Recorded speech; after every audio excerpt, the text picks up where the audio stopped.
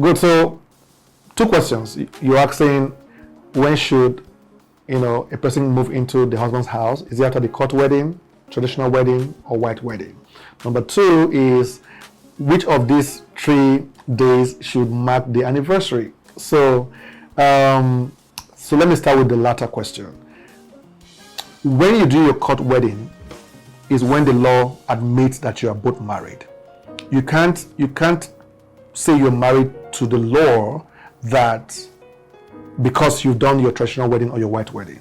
The law doesn't recognize your traditional wedding or the white wedding. Some churches do have certificates that the law recognizes, but most of the time you need to do your court wedding for the law to recognize that you are married. So when you go for like a visa application, you will need to submit the certificate of your legal marriage.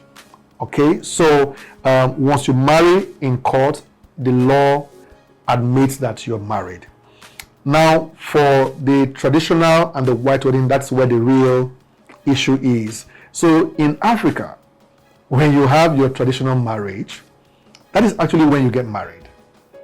Because the Westerners don't do traditional marriage as we have it here.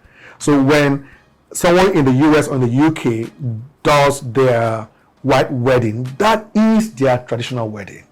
When you read the scriptures, what you see in the Bible is traditional wedding.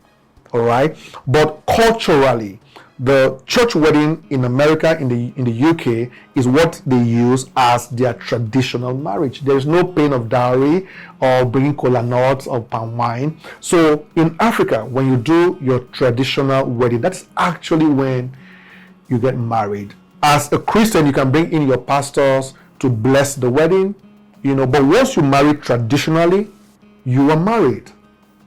Once you marry traditionally, you are married. So for the spouse, they can decide which of these dates to celebrate. Do we celebrate our traditional wedding as our anniversary, the white wedding, or the court wedding? But legally, when you do your court wedding, you are married legally. Traditionally, you can't move to your husband's house after your court wedding because your parents don't care about legal laws.